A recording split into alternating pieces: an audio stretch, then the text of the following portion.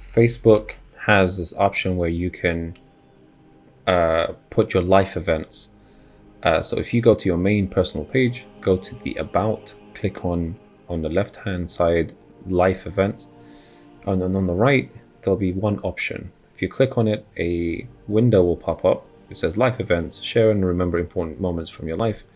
And there's quite a few selections here. So you can talk about relationships, education, work, and so forth. It's quite similar to the previous options down here, but this is just like a different way of updating information.